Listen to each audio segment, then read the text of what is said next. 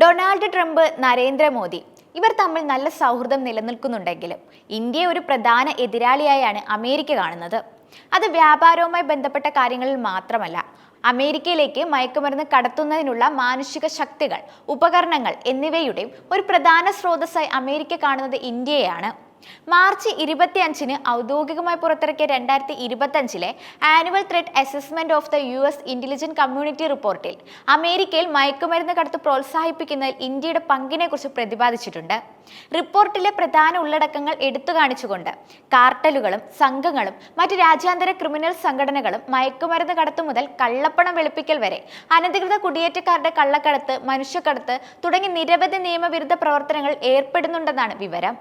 ഇത് അമേരിക്കക്കാരുടെ ദൈനംദിന ആരോഗ്യം, ക്ഷേമം, സുരക്ഷ എന്നിവയെ അപകടത്തിലാക്കുന്നവയാണ്. ലഭ്യമായ ഏറ്റവും പുതിയ റിപ്പോർട്ടിന്റെ അടിസ്ഥാനത്തിൽ 2024 ഒക്ടോബർ വരെയുള്ള സിന്തറ്റിക് ഒപ്പിയോയിഡുകൾ മൂലമുള്ള 54,000-ലധികം അമേരിക്കൻ പൗരന്മാരുടെ മരണത്തിന് കാർട്ടലുകളാണ് പ്രധാനമായും ഉത്തരവാദികൾ.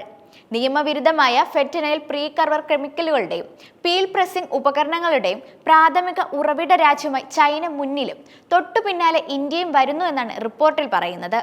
വ്യാജ ലേബൽ ചെയ്ത കയറ്റുമതികളിലൂടെയും അനിയന്ത്രിതമായ ഇരട്ട ഉപയോഗ രാസവസ്തുക്കളുടെ വാങ്ങലിലൂടെയും മെക്സിക്കോ ആസ്ഥാനമായുള്ള കെമിക്കൽ ബ്രോക്കർമാർ അന്താരാഷ്ട്ര നിയന്ത്രണങ്ങളെ മറികടക്കുന്നുണ്ട്. അതിനാൽ ട്രംപ് ഭരണകൂടം വിപണിയിലേക്ക് ഫെറ്റനൈൽ, ഹെറോയിൻ, മെത്താഫെറ്റമൈൻ എന്നിവ ഉൾപ്പെടെയുള്ള നിരോധിത മരുന്നുകളുടെ വിതരണത്തിന്റെ സ്രോതസ്സായി ഇന്ത്യയെ ചൈനയ്ക്കൊപ്പം ഉൾപ്പെടുത്തിയിട്ടുണ്ട്.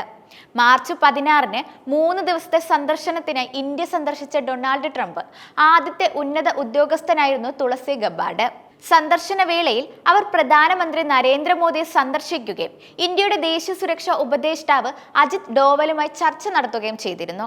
ഗബ്ബാർഡിന്റെ ഇന്ത്യ യാത്ര അവസാനിച്ച ഉടൻ തന്നെ മാർച്ച് 20-ന് ന്യൂയോർക്ക് നഗരത്തിലെ ഹൈദരാബാദ് ആസ്ഥാനമായുള്ള ഒരു കമ്പനിയിലെ 2 ഉന്നത ജീവനക്കാരെ US ഫെഡറൽ ഏജന്റുമാർ അറസ്റ്റ് ചെയ്തു എന്നതും ശ്രദ്ധിക്കേണ്ടതാണ്.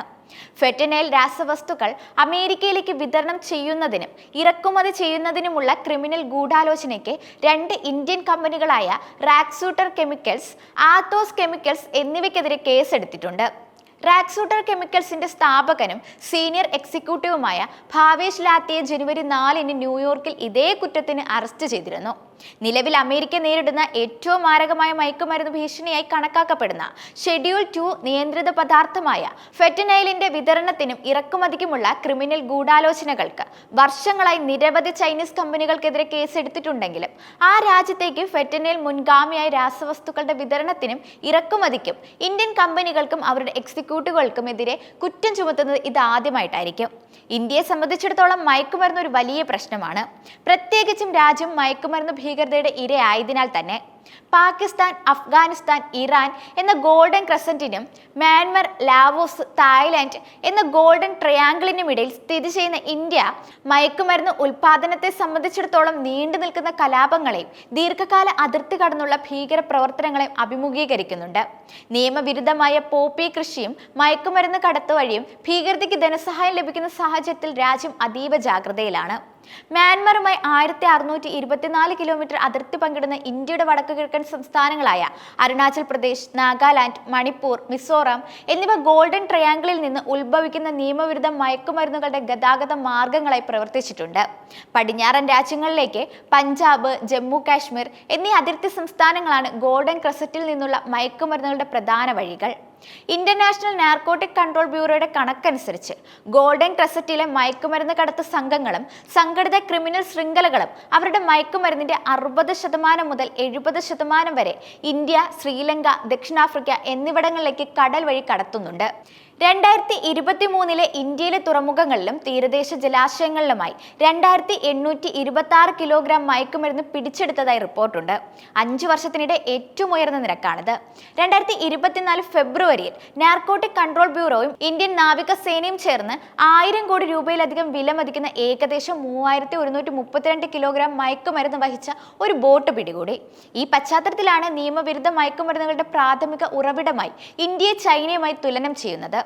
അമേരിക്കൻ നിയമപ്രകാരം കുറ്റം ചുമത്തപ്പെട്ട മുകളിൽ പറഞ്ഞ ഇന്ത്യൻ കമ്പനികൾ ഈ ദ്വന്ദ്വത്തിന്റെ ഇരകളായേക്കാം. ഈ വർഷത്തെ DNI വിലയിരുത്തൽ റിപ്പോർട്ടിലെ ശ്രദ്ധേയമായ ഒരു കാര്യം, ട്രംപ് ഭരണകൂടം അമേരിക്കയുടെ താൽപര്യങ്ങൾക്ക് ഭീഷണിയാക്കാൻ കഴിവുള്ള ചൈന, റഷ്യ, ഇറാൻ, ഉത്തര കൊറിയ തുടങ്ങിയ പ്രധാന രാജ്യങ്ങളെ അപേക്ഷിച്ച് അമേരിക്കൻ ജീവനും ഉപജീവന മാർഗവും അപകടത്തിലാക്കുന്ന മയക്കുമരുന്ന് കടത്തുകാർ, തീവ്രവാദികൾ തുടങ്ങിയ നോൺ സ്റ്റേറ്റ് ക്രിമിനൽ ഗ്രൂപ്പുകളെ മുൻഗണന നൽകിയതായി തോന്നുന്നു എന്നതാണ്. അമേരിക്കയ്ക്കും ലോകത്തിൽ അതിന്റെ താൽപര്യങ്ങൾക്കും സമീപവും നിലനിൽക്കുന്നതുമായ ഭീഷണികൾ ഉയർത്തുന്ന പ്രധാന പങ്കാളികളെക്കുറിച്ചും റിപ്പോർട്ട് പിന്നീട് പറയുന്നുണ്ട്. ആഗോളതലത്തിൽ തങ്ങളുടെ താൽപര്യങ്ങൾക്ക് ഭീഷണിയാകാൻ സാധ്യതയുള്ളതായി അമേരിക്ക കൽപ്പിക്കുന്ന രാജ്യം എപ്പോഴും ചൈനയാണ്. റഷ്യ, ചൈന, ഇറാൻ, ഉത്തര കൊറിയ എന്നീ രാജ്യങ്ങൾ ലോകത്തിലെ അമേരിക്കൻ താൽപര്യങ്ങളെ വെല്ലുവിളിക്കുകയാണെന്ന് റിപ്പോർട്ടിൽ പരാമർശിക്കുന്നുണ്ട്.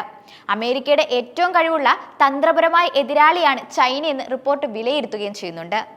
ആഗോള വിപണികളിലെ ചൈനീസ് ആധിപത്യത്തെയും തന്ത്രപരമായി പ്രധാനപ്പെട്ട വിതരണ ശൃംഖലകളെയും ഇത് പരാമർശിക്കുന്നുണ്ട്. അമേരിക്കയുടെ മിസൈൽ പ്രതിരോധത്തെ മറികടക്കാൻ രൂപകൽപ്പന ചെയ്ത് കൂടുതൽ ആധുനികവും അതിജീവിക്കാവുന്നതുമായ ഒരു ആണവ ശക്തി റഷ്യ എങ്ങനെ നിർമ്മിക്കുന്നുവെന്ന് റിപ്പോർട്ട് സംസാരിക്കുന്നുമുണ്ട്. റഷ്യയുടെ ആണവ പരമ്പരാഗത സൈനിക ശേഷികളും പ്രകടമായ സാമ്പത്തിക സൈനിക പ്രതിരോധ ശേഷിയും അതിനെ ഒരു ശക്തമായ എതിരാളി ആക്കുന്നുവെന്ന് റിപ്പോർട്ട് പറയുന്നു. ഒരു വലിയ യുദ്ധമുണ്ടായാൽ അമേരിക്കയ്ക്കും ലോകത്തിനും വിനാശകരമായ നാശനഷ്ടങ്ങൾ വരുത്താൻ സാധ്യതയുള്ള മറ്റേതൊരു രാജ്യത്തെക്കാളും കൂടുതൽ ആണവായുധങ്ങൾ റഷ്യയ്ക്കുണ്ടെന്ന് റിപ്പോർട്ട് കൂട്ടിച്ചേർക്കുകയും ചെയ്യുന്നുണ്ട്. റഷ്യ ആണവായുധങ്ങൾ ഉപയോഗിക്കുന്നത് പരിഗണിക്കുന്നതിനുള്ള സാഹചര്യങ്ങൾ വികസിപ്പിച്ചുകൊണ്ട് കഴിഞ്ഞ വർഷം റഷ്യ തങ്ങളുടെ പൊതു ആണവ സിദ്ധാന്തത്തിൽ പുതിയ മാറ്റങ്ങൾ പ്രഖ്യാപിച്ചതായി റിപ്പോർട്ട് ചൂണ്ടിക്കാട്ടുന്നു.